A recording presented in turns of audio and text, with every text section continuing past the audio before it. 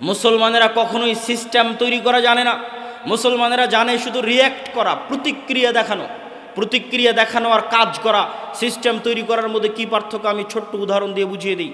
এই বক্তব্যগুলো, এই আলোচনাগুলো মূলত আলেম ওলামা, শিক্ষিত শ্রেণী, ইসলামী দল, ইসলামী সংগঠন যারা করে তাদের চিন্তা করা উচিত, তাদের চিন্তার খোরাক। কিন্তু যেহেতু আলোচনা করতে এসেছি সেহেতু উদাহরণ হিসেবে আপনাদের সামনে বলে যাচ্ছি। ধরেন পাশের বাড়ির ছাগল যদি আপনার গাছ খেয়ে ফেলে, তাহলে প্রতিক্রিয়া হচ্ছে আপনি চিল্লাচিল্লি করবেন, গালাগালি করবেন। তারপরে ছাগল 5 দিন আসবে না, 5 দিন পর আবার ছাগল আসবে, আপনি আবার চিল্লাচিল্লি করবেন, গালাগালি করবেন। এটার নাম প্রতিক্রিয়া। আর অ্যাক্ট কি, কাজ কি, সিস্টেম কি, আপনি ওই গাছটা বেড়া দিয়ে ঘিরে দিবেন, তার পাশে আরও বড় প্রাচীর দিয়ে ঘিরে দিবেন, যেন ওই ছাগল আর কোনোদিন এই গাছের কাছে আসতেই না পারে। এটা হচ্ছে কাজ।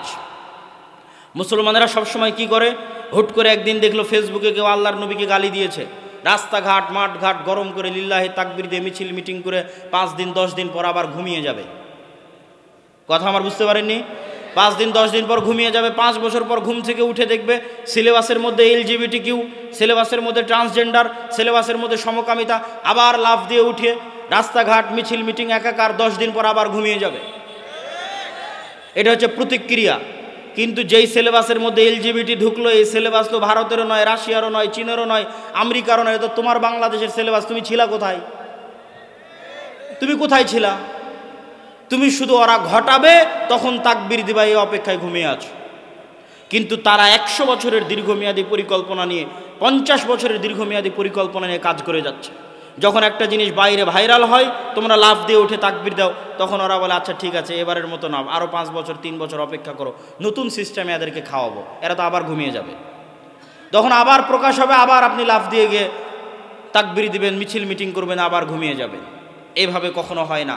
তারা দীর্ঘমেয়াদী পরিকল্পনা নিয়ে কাজ করে। এই জন্য মুসলমানদেরকে শিক্ষা নিয়ে, দীর্ঘমেয়াদী পরিকল্পনা নিয়ে, চারিত্রিক উন্নয়ন নিয়ে, সততা, ন্যায় পরায়ণতা, আমানতদারিতা নিয়ে এবং শিক্ষা নিয়ে ইত্যাদি নিয়ে দীর্ঘমেয়াদী কাজ করতে হবে। সিস্টেম তৈরির পিছনে কাজ করতে হবে। আদ-দাওয়া ইলাল্লাহ দেশব্যাপী মসজিদ ভিত্তিক দিন শিক্ষার যে কার্যক্রমের উদ্যোগ নিয়েছে, ওটা অতি নগণ্য, অতি ক্ষুদ্র উদ্যোগ। এটা আমি তাকবীর দিয়ে সমাবেশ করে, জনসমাবেশ তৈরি করে আপনাকে দেখাতে পারবো না যে কত লোক এটা অনুসরণ করতেছে বা মানতেছে। কেননা এটা দল নয় যে আপনাকে দেখাবো এখানে হাজার হাজার মানুষ। এটা শিক্ষার বিষয়। এটা সমাজে দীর্ঘমেয়াদী প্রভাব রাখবে, নীরবে বিপ্লব ঘটাবে, সমাজে নীরবে মানুষকে দিন শিখাবে, কোরআনের পাশাপাশি মৌলিক দিন শিখাবে। কিন্তু এটা চ্যালেঞ্জ। কেন? এটাকে কেউ দাওয়াতি কাজ মনে করে না। আমাদের যুবক সমাজ মনে করে দাওয়াতি কাজ মানে জালসা আয়োজন করতে হবে, দাওয়াতি কাজ মানে কোনো দলে যোগ দিয়ে পদ নিতে হবে, কোনো মিছিল মিটিংয়ে যুক্ত হতে হবে, তাকবীর দিতে হবে। তারা কখনোই মনে করে না দাওয়াতি কাজ মানে শিক্ষা। তারা মনে করে মসজিদে মক্তব্য কমিটি চালাবে আর ইমাম চালাবে। জি না, এটাই দাওয়াতি কাজ। আপনার মাথায় যখনই মাথায় আসবে যে আপনি দাওয়াতি কাজ করবেন, তখন আপনার মাথায় যেন আগে শিক্ষা আসে যে অত্র অঞ্চলের সকল মুসলমানের সন্তান কোরআন শিখলো কিনা, আপনি নিজে কোরআন জানেন কিনা, অত্র অঞ্চলের সকল মুসলমানের সন্তান দিন শিখলো কিনা, আপনার কাছে নিজের কাছে দিনের মৌলিক জ্ঞান আছে কিনা।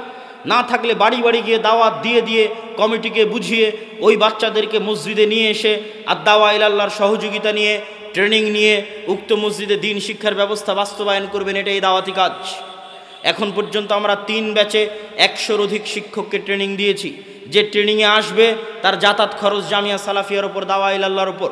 যে ট্রেনিংয়ে এসে থাকবে খাবে 10 দিন, ওই থাকা খাওয়ার খরচ জামিয়া সালাফিয়ার ওপর, দাওয়া ইলাল্লাহর ওপর। ট্রেনিং নিয়ে যখন ফিরে যাবে তখন 5 কপি 10 কপি করে সিলেবাসের বই তাদের কাছে বিনামূল্যে দেওয়া হবে। ওই বইয়ের বিনামূল্যে দেওয়ার খরচও জামিয়া সালাফিয়ার ওপর, দাওয়া ইলাল্লাহর ওপর। আর আমি খাকসার আব্দুল্লাহ বিন আব্দুর রাজ্জাক দেশ ও জাতির ভবিষ্যৎ প্রজন্মের সন্তানের শিক্ষার জন্য ওয়াকফ হিসেবে আছি। যেখানে ডাকবেন বিনা খরচে ফি সাবিলিল্লাহ সেই মসজিদে উপস্থিত হব, জাতির সাথে ওয়াদাবদ্ধ। কিন্তু টাকার বিনিময়ে জালসা থেকে জালসা করে বেড়াবো, এইটা কখনো দীর্ঘস্থায়ী টেকসই কাজ নয়। এটা হচ্ছে হুজুগে বাঙালি মেলার মতো। আগের যুগে যাত্রা হতো, এই যুগে মেলা, তার আগের যুগে মেলা হতো, আর এখন হয়তো আমরা তার আলট্রা ভার্সন, ইসলামিক ভার্সন তৈরি করেছি, জালসা সম্মেলন। তার মানে জালসা সম্মেলনে যে দিনের কাজ হয় না তা বলি না। জালসা সম্মেলনে 2টা দিক নির্দেশনা দেওয়া যায়, জালসা সম্মেলনে 2টা ইমান জাগানো কথা বলা যায়, কিন্তু জালসা সম্মেলনে শিখানো যায় না। ও 12 বছর সিলেবাসে যা শিখাবে আমি একদিনে 1 ঘন্টায় তা শিখাতে পারবো না। এর জন্য আপনাকে মসজিদে আসতে হবে, আমার ট্রেনিংপ্রাপ্ত শিক্ষকের কাছে সিলেবাসের মাধ্যমে আপনাকে নিয়মিত শিখতে হবে। ও 12 বছরে ধর্মবিদ্বেষী যা শিখাবে তার আগেই অ্যান্টিবায়োটিক হিসেবে, ইঞ্জেকশন হিসেবে আপনার শরীরের সন্তানের অন্তরে দিনের জ্ঞান, কোরআনের জ্ঞান বসিয়ে দেওয়া হবে, যেন শয়তান তাকে পথভ্রষ্ট করতে না পারে ইনশাআল্লাহ। কিন্তু আপনি যদি মসজিদ ভিত্তিক দিন শিক্ষা বাস্তবায়ন না করেন, তাহলে জেনে রাখবেন আপনার সন্তানকে, যে কোনো মুসলমানের সন্তানকে কোরআনের জ্ঞান না দিয়ে, মৌলিক দিনের জ্ঞান না দিয়ে বর্তমান যুগে স্কুলে পাঠানো সরাসরি শয়তানের কাছে পাঠানো। আর আমি যখনই শয়তানের কথা বলি, ইবলিসের কথা বলি, আল্লাহে আল্লাহর কসম, আল্লাহে আল্লাহর কসম, আল্লাহে আল্লাহর কসম, কাল্পনিক কোনো চরিত্রের কথা বলি না। যে ইবলিস পৃথিবীতে বাস করে, যে ইবলিস আদম আলাইহিস সালাতু ওয়াস সালামকে সিজদা করেনি, সরাসরি ওই ইবলিসের কথা বলি। আমি বক্তব্যে বলেছি শরীফ এবং শরীফার গল্প, ট্রান্সজেন্ডারের গল্প ইবলিস স্বয়ং নিজে লিখেছে। তো আমি যখন বলেছি ইবলিস নিজে লিখেছে, আল্লাহর কসম আমি এটা কাল্পনিক চরিত্র হিসেবে ব্যবহার করিনি। আমি সত্যি সত্যি ওই ইবলিস বুঝিয়েছি যে পৃথিবীতে বাস করে, ওই ইবলিস বুঝিয়েছি যে আদম আলাইহিস সালাতু ওয়াস সালামকে সিজদা করেনি সেই ইবলিস। এই ইবলিসের সবচেয়ে বড় এজেন্ডা হচ্ছে মানুষকে তার স্বাভাবিক মর্যাদা থেকে, স্বাভাবিক মান সম্মান থেকে নিচে নামিয়ে দেওয়া। তাহলে মানুষ যখন এই ধরনের জঘন্য নিকৃষ্ট পশু বৃত্তিতে লিপ্ত হয়ে যাবে, তখন ইবলিস খুশি হবে, ইবলিস শান্তি পাবে, ইবলিস আরাম পাবে। এই জন্য সারা পৃথিবীতে ইবলিস তার এই এজেন্ডা নিয়ে কাজ করতেছে। অতএব আপনি আপনার সন্তানকে দিন না শিখে স্কুলে পাঠালেন মানে ইবলিসের কাছে পাঠালেন। আর সেই দিন আরও ভয়াবহ হবে। কোন দিন ভয়াবহ হবে?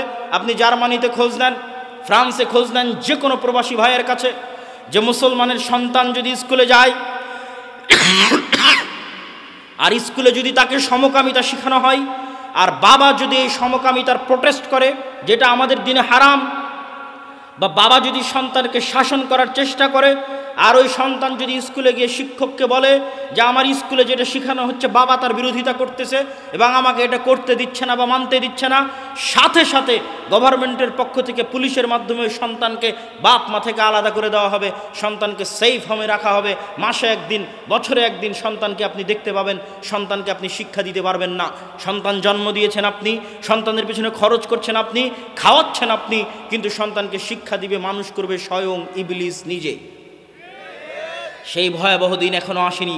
ওই ভয়াবহ দিন আসার আগে এখনও যতদিন আপনাদের মসজিদগুলো আছে, এই মসজিদগুলোতে দিন শিক্ষার ব্যবস্থাকে শক্তিশালী করেন। মসজিদের চাইতে শক্তিশালী হতে হবে দিন শিক্ষার ব্যবস্থা। এমনও বহু মসজিদ গেছি আমাদের 157-58 মসজিদের সফরের মধ্যে, যেই মসজিদগুলোতে এসি আছে, টাইলস আছে, সব কিছু আছে, কিন্তু দিন শিক্ষা, কোরআন শিক্ষার ব্যবস্থা নাই। আবার জিজ্ঞেস করলে কমিটি বলে যে অর্থনৈতিক সমস্যা। তখন আমি কমিটিকে বলেছি আপনার এসি বিক্রি করলে 1 বছর মক্তব চলবে, আর আপনার এসি বিক্রি করা শেষ হয়ে গেলে মসজিদের দেওয়াল থেকে টাইলস খুলে বাজারে বিক্রি করবেন, ওইটা দিয়ে আর কিছুদিন মক্তব চলবে। টাইলস খুলে বিক্রি করা হয়ে গেলে যে ফ্যানগুলো লাগিয়ে রেখেছেন, এই ফ্যানগুলো খুলে বাজারে বিক্রি করবেন, আর কিছুদিন মক্তব চলবে। তারপরে যে মাইক আর ব্যাটারিটা আছে ওটাও খুলে বাজারে বিক্রি করে দিবেন, আর কিছুদিন মক্তব চলবে। তবুও আপনি মসজিদে যা লাগিয়েছেন তার চাইতে শিক্ষা বেশি জরুরি। বিশ্বাস না হলে খ্রিস্টানদেরকে দেখেন, ইউরোপিয়ান এবং আমেরিকানদেরকে দেখেন, তারা আপনার মসজিদের দায়িত্ব নিলে 10 টাকা থাকলে 5 টাকা আগে শিক্ষায় ব্যয় করবে। এরা শিক্ষা জিনিসটা জানে, সিলেবাসের মূল্য জানে। এই জন্যই তো আপনার সিলেবাস পরিবর্তনের জন্য এত চেষ্টা তারা করতেছে। কেন করতেছে? যদি সিলেবাসের কোনো গুরুত্ব না থাকতো, শিক্ষার কোনো গুরুত্ব না থাকতো, তাহলে আপনার সিলেবাস পরিপূর্ণ ইসলামিক হতো। আর বেরাক আর খ্রিস্টান মিশনারিরা বড় বড় জালসা করে বেড়াতো। বুঝেননি মনে হয় যে আপনি বিশাল ইসলামিক সিলেবাস নিয়ে দেশ চালাবেন, আর বেরাক আর খ্রিস্টান মিশনারিরা বড় বড় জালসা করবে, তাহলে তাই হতো না? তো ওরা তো একটাও জালসা করে না, ওরা কিনে ব্যস্ত আছে সিলেবাস আর শিক্ষা, সিলেবাস আর শিক্ষা। তাহলে আপনি কি স্বর্ণের মসজিদ দিয়ে পানি খাবেন? স্বর্ণ দিয়ে মসজিদ বানিয়ে, স্বর্ণ দিয়ে মাদ্রাসার বিল্ডিং বানিয়ে, স্বর্ণ দিয়ে রাস্তাঘাট বানিয়ে ধুয়ে পানি খাবেন? যেখানে যেই মসজিদের আশেপাশে জুয়াখোর, মদখোর, গাঞ্জাখোর, free fire, PUBG, TikTok, reels ইত্যাদি নেশাগ্রস্ত যুব সমাজে পরিপূর্ণ হয়ে গেছে। এই মসজিদ বিরান পড়ে থাকবে। বিরান পড়ে থাকা মসজিদ দেখে এসেছে, আপনিও দেখতে পারেন। স্পেনের কর্ডোভা, গ্রানাডায় মুসলমানেরা 800 বছর শাসন করেছে। কর্ডোভার জামে মসজিদে এক ছাদের নিচে, এক ফ্লোরে 70,000 মুসলমান মুসল্লি সালাত আদায় করতে পারবে। সেই কর্ডোভার জামে মসজিদ আজ পৃথিবীর সবচেয়ে বড় গির্জা। বাহির থেকে দেখলে দেখবেন মিনার আছে, কারুকাজ আছে, ডিজাইন আছে, মেহরাব আছে, মনে হচ্ছে এখনই আজান দিবে আর এখনই সালাত হবে। ভিতরে ঢুকে দেখবেন মারিয়াম আলাইহিস সালাতু ওয়াস সালাম আর ঈসা আলাইহিস সালাতু ওয়াস সালামের মূর্তিতে পরিপূর্ণ হয়ে আছে। বলেন নাউজুবিল্লাহ। তো মসজিদ তো বিরান পড়ে আছে। এরকম মসজিদ বিরান পড়ে থাকবে যদি আপনি শিক্ষার ব্যবস্থা না করেন। সম্মানিত উপস্থিতি, আমি আমার বক্তব্য দীর্ঘায়িত করতে চাই না, তবে যতটুকু আপনাদেরকে বলে যাচ্ছি এতটুকু নিয়ে যদি কাজ করেন, অন্তত সত্য বলা যদি শিখেন, মিথ্যা থেকে যদি তওবা করেন, যার জীবনে কোনোদিন মিথ্যা বলবেন না। আমি আমার ব্যক্তিগত অভিজ্ঞতা বলি, আমার ছেলে মোহাম্মদ, আমি আগে মনে করতাম ইউরোপ ঘোরার আগে বা ইংল্যান্ড ঘোরার আগে যে তাদেরকে সালাত, সিয়াম, হজ, যাকাত এগুলো শিখাতে হবে। সালাত, সিয়াম জরুরি, কিন্তু এখন আমি মনে করি আগে শিখাতে হবে সত্য বলা, আগে শিখাতে হবে ন্যায়পরায়ণতা, আগে শিখাতে হবে আমানতদারিতা। কেননা আমার নবী মুহাম্মদ সাল্লাল্লাহু আলাইহি ওয়াসাল্লাম নবী হওয়ার আগে জন্মগত সত্যবাদী ছিলেন, নবী হওয়ার আগে জন্মগত আমানতদার ছিলেন, নবী হওয়ার আগে জন্মগত ন্যায়পরায়ণ ছিলেন। আর আমাদের কাছে সালাত, সিয়াম, হজ, যাকাত আছে, কিন্তু মাদ্রাসা, মসজিদ, দল, সংগঠন কোথাও ন্যায়পরায়ণতা নাই, আমানতদারিতা নাই, সত্যবাদিতা নাই, সততা নাই। এই জন্য এই সালাত, এই সিয়াম, এই হজ, এই যাকাত কাজে আসবে না, আসবে না, আসবে না। আমাদের কাছে এই মাইক আছে, শত শত ক্যামেরা আছে, শত শত মিডিয়া আছে, কই আল্লাহর নবীর কাছে মুহাম্মদ সাল্লাল্লাহু আলাইহি ওয়াসাল্লামের কাছে না মাইক ছিল, না ক্যামেরা ছিল, না মোবাইল ছিল। তারপরে সারা পৃথিবীতে ওই সময় মুহাম্মদ সাল্লাল্লাহু আলাইহি ওয়াসাল্লাম এবং তার সাহাবীরা, তাদের হাতে যত বেশি মানুষ মুসলমান হয়েছিল, আমাদের কাছে কয়টা মানুষ মুসলমান হচ্ছে? ইসলামের বিপ্লব কেন আসতেছে না? বিপ্লব কেন আসে না? এই জন্য যে মুহাম্মদ সাল্লাল্লাহু আলাইহি ওয়াসাল্লামের স্বভাব সম্পর্কে খাদিজা রাদিয়াল্লাহু তাআলা আনহা নিজে বলছেন, যখন তিনি সেই দিন নবী হবেন, তার কাছে হীরা গুহায় ওহী এসেছে, সেই দিন তিনি ভয়ে থরথর করে কাঁপতে কাঁপতে খাদিজার কাছে এসেছেন। সেই দিন খাদিজা রাদিয়াল্লাহু তাআলা আনহা মুহাম্মদ সাল্লাল্লাহু আলাইহি ওয়াসাল্লামকে বলছে, লা ইউখজিকাল্লাহ, আল্লাহ আপনাকে কখনোই ধ্বংস করবেন না। কেন? আপনি হচ্ছেন তাসিলুর রাহিম, আপনি সেই নবী যিনি আত্মীয়তার সম্পর্ক রক্ষা করেন। তাকরি যায়েফ, আপনি সেই নবী, সেই মানুষ যিনি গরিব ধনী সকল মেহমানের মেহমানদারি করেন। তুইনু আলা নাওয়াইবিল হক, আপনি সেই মুহাম্মদ যিনি অসহায়, দুস্থ, দরিদ্র মানুষের, বিপদগ্রস্ত মানুষের পাশে দাঁড়ান। আপনি সেই নবী, সেই মানুষ, সেই মুহাম্মদ যিনি তাহমিলুল কাল, মানুষের যদি বোঝা ভারী হয়, ঋণের বোঝা ভারী হয়, যাত্রাপথে মানুষের বোঝা ভারী হয়, তাহলে সেটা আপনি উঠিয়ে দেন। এই বৈশিষ্ট্যগুলো যখন আমার নবীর মধ্যে আছে, তখনও সালাত আসেনি, সিয়াম আসেনি, হজ আসেনি, যাকাত আসেনি। এই বৈশিষ্ট্যের কারণে, এই ব্যক্তিত্বের কারণে, এই আমানতদারিতার কারণে, এই সততার কারণে, এই ন্যায়পরায়ণতার কারণে আল্লাহর নবী এবং তার সাহাবীরা যেখানে গেছে, এই ন্যায়পরায়ণতা দেখে, সততা দেখে, আমানতদারিতা দেখে, চারিত্রিক উন্নতি দেখে মানুষ দলে দলে ইসলাম গ্রহণ করেছে। আর আমাদের কাছে সবই আছে, কিন্তু মুহাম্মদ সাল্লাল্লাহু আলাইহি ওয়াসাল্লামের ওই চরিত্র নাই, ওই সততা নাই, ওই আমানতদারিতা নাই, ওই ন্যায়পরায়ণতা নাই। ছোট হয়ে যায় গোলামির কারণে, মানুষের অন্তর নত হয়ে যায় গোলামির কারণে, মানুষের ব্যক্তি সম্মান নষ্ট হয় গোলামির কারণে, মানুষের ব্যক্তিত্ব, আত্মমর্যাদা, আত্মসম্মান নষ্ট হয় গোলামির কারণে। দলিল আমার কাছ থেকে দলিল হচ্ছে, এই জন্যই আল্লাহ সুবহানাহু ওয়া তাআলা মুসা আলাইহিস সালামকে বানু ইসরাঈলদের সাথে বড় করেননি। মুসা আলাইহিস সালামকে আল্লাহ বড় করেছেন ফেরাউনের বাড়িতে। ফেরাউনের বাড়িতে মুসা আলাইহিস সালাম স্বাধীনভাবে আত্মমর্যাদা নিয়ে, আত্মসম্মান নিয়ে, ব্যক্তিত্ব নিয়ে রাজপুত্র হিসেবে ফেরাউনের বাড়িতে বড় হয়েছে।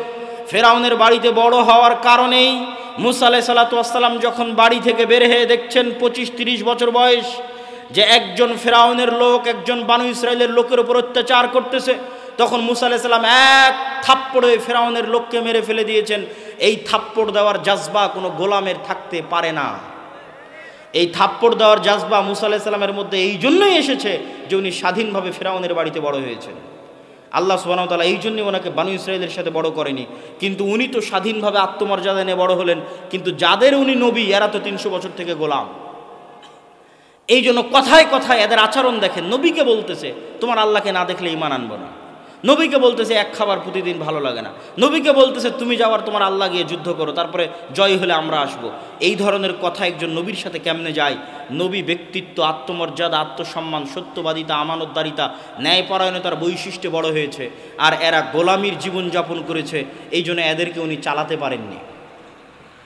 আমরা মুসলমানেরা, আমাদেরও স্বভাব এতটা নিকৃষ্ট, এতটা খারাপ, এতটা জঘন্য ছিল না। কিন্তু দীর্ঘ 200, 250, 300 বছরের ব্রিটিশদের গোলামি আমাদেরকে মিথ্যুক, দুর্নীতিবাজ, ধোঁকাবাজ, ফাঁকিবাজ বানিয়ে ছেড়েছে।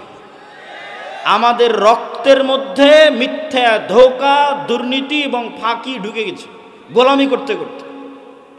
আপনাদের আরএস পর্চার আগের সিএস এবং এসএ পর্চা খুলে দেখেন, আপনারা জমির মালিকই ছিলেন না। ওখানে তাদের নাম লেখা আছে যেই জমিদারের নামে কর এবং খাজনা দেওয়া হতো, জমির মালিকই ছিলেন না। ব্রিটিশরা পিটিয়ে নীল চাষ করাতো এই অঞ্চলের মানুষকে, আর ডিভাইড অ্যান্ড রুলস, একজনকে আরেকজনের বিরুদ্ধে লাগিয়ে রেখে শাসন করত। তো একজন আরেকজনের বিরুদ্ধে লাগতে লাগতে, মারামারি করতে করতে অন্তর ছোট হয়ে গেছে, জাতিগতভাবে অন্তর ছোট হয়ে গেছে। তার প্রমাণ সাধারণ মানুষ বাদ, আপনি আলেম ওলামাকে দেখেন না মঞ্চে উঠে, স্টেজে উঠে কিভাবে গালাগালি করে। আলেম ওলামাদের দেখলে আপনি বুঝতে পারবেন যে ব্যক্তিত্ব, আত্মসম্মান, আত্মমর্যাদা জাতি হিসেবে আমাদের কোথায়। আপনি বলবেন এটাকে শুধু বাংলাদেশের মুসলমানদের অবস্থা? জি না, বাংলাদেশের মুসলমানদের চেয়ে ভয়াবহ, জঘন্য, নিকৃষ্ট অবস্থা আফ্রিকার মুসলমানদের। তারা আরো বেশি জঘন্য গোলামি করেছে ফ্রান্সের, ইতালির, স্পেনের। আপনি যান, গেলে দেখতে পাবেন কিভাবে তাদের জীবনের সাথে মিথ্যা, ধোঁকা, শঠতা, ফাঁকিবাজি মিশিয়ে আছে। ইতালি আর ফ্রান্সের রাস্তায় যত চোর আছে, যত ডাকাত আছে, যত ছিনতাইকারী আছে, তার বেশিরভাগ মুসলমান। আল্লাহর কসম, তার বেশিরভাগ মুসলমান। কেন? ওদেরকে ফ্রান্স, ইতালি, স্পেন এমনভাবে ওদেরকে শাসন করেছে, এমনভাবে ওদেরকে গোলাম বানিয়ে রেখেছে যে ওদের স্বাভাবিক জন্মগত চরিত্র ধ্বংস হয়ে গেছে। আর আমরা যে আজকের যুগের বানু ইসরাইল, তার প্রমাণ, তার আর একটা প্রমাণ দিয়ে আমার বক্তব্য সামনের দিকে এগিয়ে যায়। ওই যুগের বানু ইসরাইলেরা যে গোলাম ছিল তার প্রমাণ আল্লাহ কোরআনে বলছে, ইউযাব্বিহুনা আবনাআকুম, তোমাদের ছেলে সন্তানদের ওদের চোখের সামনে ওদের ছেলে সন্তানদের জবাই করতে ফেরাউন। তাদের চোখের সামনে তাদের ছেলে সন্তানদের জবাই করতে ফেরাউন। আর আজকে কিসের আমার চোখের সামনে? আজকে সারা বিশ্বের চোখের সামনে মুসলমানদের জবাই করতেছে আজকের যুগের ফেরাউনেরা ফিলিস্তিনে, সারা বিশ্বের চোখের সামনে। এই একটাই প্রমাণ করে যে আপনি গোলাম, আমি গোলাম, আমরা কৃতদাস, গোলামের জীবন যাপন করছি। আমরা হচ্ছে এই যুগের বানু ইসরাইল, আর ওরা হচ্ছে এই যুগের ফেরাউন। আর আমাদের স্বভাব চরিত্রের কারণে আমাদের ভাগ্য বানু ইসরাইলের ভাগ্যের সাথে মিশে গেছে, গোলামি আমাদের ভাগ্যে লেখা হয়ে গেছে। আমাদেরকে সততা, ন্যায়পরায়ণতা, আমানতদারিতায় ফিরে যেতে হবে। এই জন্য আল্লামা ইকবাল বলেছেন, সাবাক ফিরসে পড় সাদাকাত কা, আদালত কা, শুজাআত কা, লিয়া যায়গা তুঝসে কাম, দুনিয়া কি ইমামত কা। এই মুসলমানেরা, এই মুসলিম জাতি, এই মুসলিম উম্মাহ, আমি তোমাদেরকে বলছি, তোমাদের মধ্যে সালাত আছে, সিয়াম আছে, হজ আছে, যাকাত আছে। তোমাদের মধ্যে নাই সত্যবাদিতা, তোমাদের মধ্যে নাই আমানতদারিতা, তোমাদের মধ্যে নাই ন্যায়পরায়ণতা। তোমরা নতুন করে সত্য বলা শিখো, তোমরা নতুন করে আমানতদারিতা শিখো, তোমরা নতুন করে ন্যায়পরায়ণতা শিখো। আল্লাহ পুনরায় তোমাদেরকে দুনিয়ার নেতৃত্ব দিয়ে দিবে। এটা আল্লামা ইকবাল তার কবিতার মধ্যে লিখে গেছেন। উনি ধরতে পেরেছিলেন আজকের মুসলমানেরা কোন অবস্থায় আছে, কি সমস্যার মধ্যে আছে, সেটা তিনি ধরতে পেরেছিলেন। সম্মানিত উপস্থিতি, মুসলমানদের এই ভয়াবহ গোলামির চিত্র, ভয়াবহ দাসত্বের চিত্র আপনি যদি দূরবীন দিয়ে দেখতে চান, তাহলে একটি দৃশ্যই আপনার জন্য যথেষ্ট যে মুসলমানেরা কিরকম গোলামি, কিরকম দাসত্বের মধ্যে নিমজ্জিত আছে। একটি চিত্র বলে আমার বক্তব্য সামনের দিকে এগিয়ে নিয়ে যাই। সারা বিশ্ব থেকে, শুধু বাংলাদেশ নয়, Bangladesh, Pakistan, Malaysia, Syria, Libya, Yemen, মিশর, আফ্রিকা, সারা বিশ্ব থেকে মুসলমানেরা অবৈধ উপায়ে ইউরোপ এবং আমেরিকা যাওয়ার জন্য, ইউরোপের কান্ট্রিগুলোতে যাওয়ার জন্য লিবিয়ার নদী বন্দর, সমুদ্র বন্দরে জমা হয়।